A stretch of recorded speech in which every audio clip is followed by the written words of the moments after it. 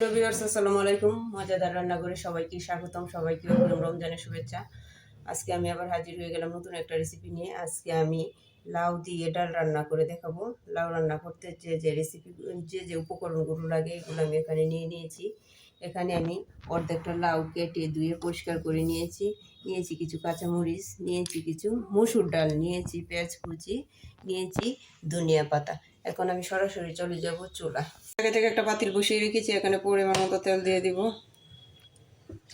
তেলটা একটু গরম হয়ে গেলে এখানে দিয়ে দিব পেঁয়াজ কুচি।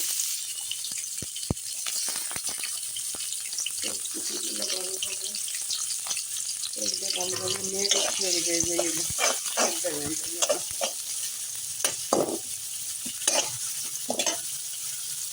এখন আমি এখানে অল্প একটু হলুদের গুঁড়া দিয়ে দিব, স্বাদ মতো দিব লবণটা যাতে ইচ্ছে মতো দিতে পারেন। ইচ্ছে মতো দিয়ে দিয়েছি। দিয়ে দিব অল্প একটু জিরা বাটা, সামান্য একটু আদা ও একটু রসুন।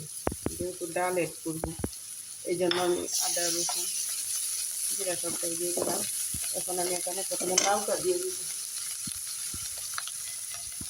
প্রথমে লাউ দিয়ে দিব। লাউটাকে একটু নেড়ে ছেড়ে তারপর আমি দিয়ে দেবো ডালটা। একসাথে নেড়ে ছেড়ে আমি এখানে ডাল এড করে দেব।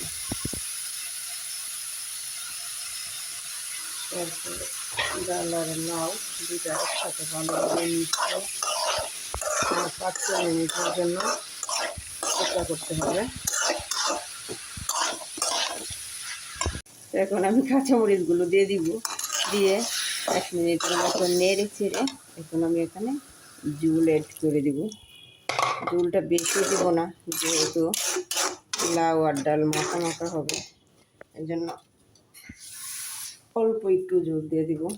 এখন আমি একটা ঢাকনা দিয়ে ঢেকে দেব 10 মিনিটের জন্য। তারপর ধনিয়া পাতা দিয়ে নামিয়ে নিব। তো রেডি হয়ে গেল লাউ ও ডালের আমার রেসিপিটা। ভালো লাগলে আমার চ্যানেলটা সাবস্ক্রাইব করে পাশে থাকবেন। আল্লাহ হাফেজ।